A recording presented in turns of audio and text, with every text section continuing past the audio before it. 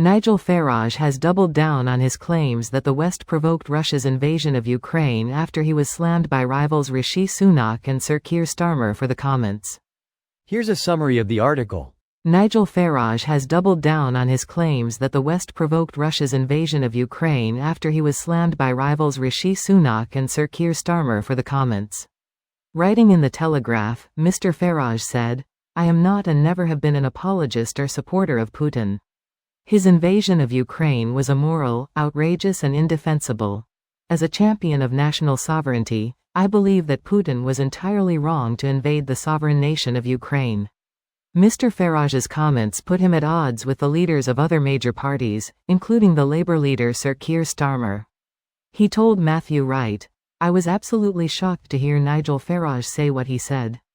We all saw what Putin did, a brutal, illegal, unprovoked invasion of a sovereign country, and instead of standing firm with Western allies, and telling Vladimir Putin no more, there we see Farage kowtowing to the man, bending over in front of him and kissing his boots." On Friday, the Home Secretary, James Cleverly, accused Mr. Farage of echoing Putin, while Ben Wallace, the former Defence Secretary, today said the Reform UK leader was a pub bore over the comments. Pushed on comments he made in 2014, when he said that Putin was the leader he admired most, Mr. Farage said, "I said I disliked him as a person, but admired him as a political operator because he's managed to take control of running Russia." Mr. Farage came out of retirement to stand for Parliament in this election, and Reform has soared in popularity during the campaign, if the polls are to be believed.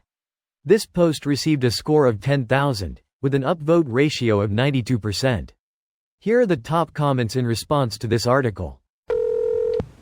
Farage, I simply don't understand why they call me a Russian stooge. Also Farage, I admire Putin. LMAO. What the hell did Farage admire about Putin's approach to the Syrian civil war? Indiscriminately bombing populated areas and killing thousands of civilians? Turning a blind eye to the death camps the Assad government made?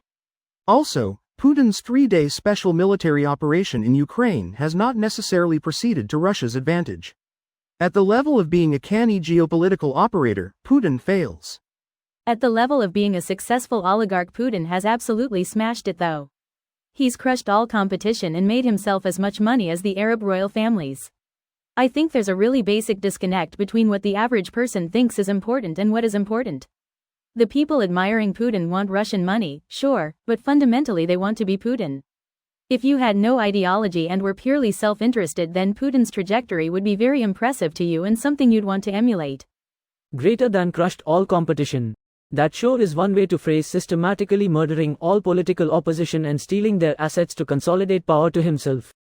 Is there a nice way to crush your competition? Legally at the polls, in a debate, edit, you could also dig up dirt on them to have them discredited. This is exactly why you're not an oligarch with a 100B fortune. So the people who came to form what passes for a government and ownership of all industry were people who were functionally violent, psychopathic criminals. This is also why so many oligarchs die, they're gangsters killing each other off to try and steal their assets. Putin staying on top of that organization either means he's fucking amazing at being a psychopath or that he's a figurehead. I think it's the former. You know, I was expecting a Russian troll when I saw the wall of text. Calling Putin and those who run Russia violent psychopathic gangsters is exactly the opposite of what I expected. Well done. He really seems to think this pro-Russia strategy will work well for his party at the voting booth. I doubt it will push his party above the 20% they are currently polling at. That's still way too much. On the positive side, he's splitting the right-wing vote. Labour might win 516 out of 650 seats according to the latest polls. That's almost 80% of the seats in Parliament. Jesus FCK, that's a lot. Has anyone had this sort of majority ever, except maybe in times of war? This video was automatically created by Reddit to speech.